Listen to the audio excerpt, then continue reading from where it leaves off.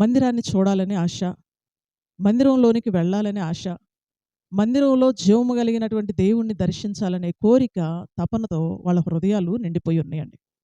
Bible గ్రంథంలో దావీదు భక్తుడిని కూడా మనం చూస్తే, నీ మందిరములో నేను చిరకాలము జీవించెదను అంటాడండి.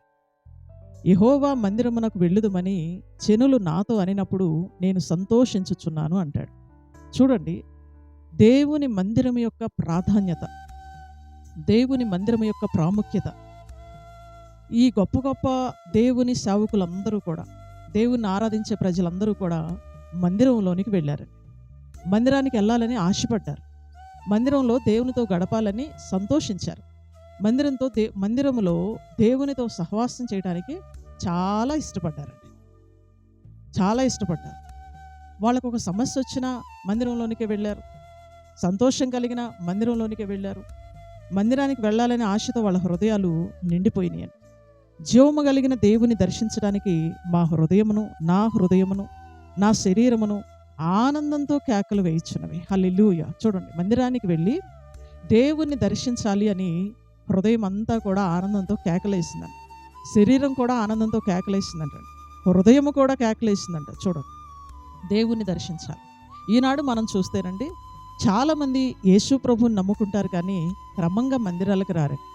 ఒక వారం వస్తే 2 వారాల వరకు రారు. ఒక్కొక్కళ్ళు ఇంకా విచిత్రంగా కేవలం బల్లారాధనకు రోజు మాత్రమే వస్తారండి. మిగతా వారాలన్నీ కూడా రారు. అంటే బల్ల తీసుకోగానే పరలోకి వెళ్ళిపోతామని వాళ్ళ ఉద్దేశం.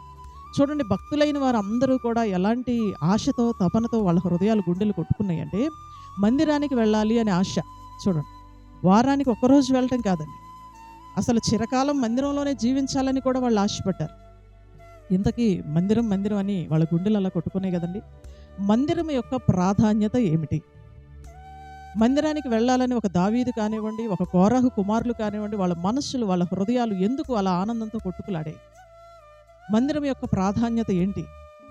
మందిరానికి వెళ్ళటం ద్వారా మనకేమి లాభం? ఆయన మందిరంలో, చూడండి, నా ప్రార్థనా మందిరములో వారిని ఆనందింపచేసేదను. హల్లెలూయా. ఆనందం కావాలి అంటే ప్రార్థనా మందిరంలోనికి రావాలి, దేవుణ్ణి స్తుతించాలి, దేవుణ్ణి ఆరాధన చేసుకోవాలి. ఆయన మాట్లాడే అమూల్యమైనటువంటి మాటలను మనస్సు పెట్టి వినాలండి. అప్పుడు మన హృదయంలో ఉన్న బాధ తొలగిపోయింది, నెమ్మది కలిగిద్ది, శాంతి కలిగిద్ది, సమాధానం కలిగిద్ది, ఆనందం కలిగిద్దండి.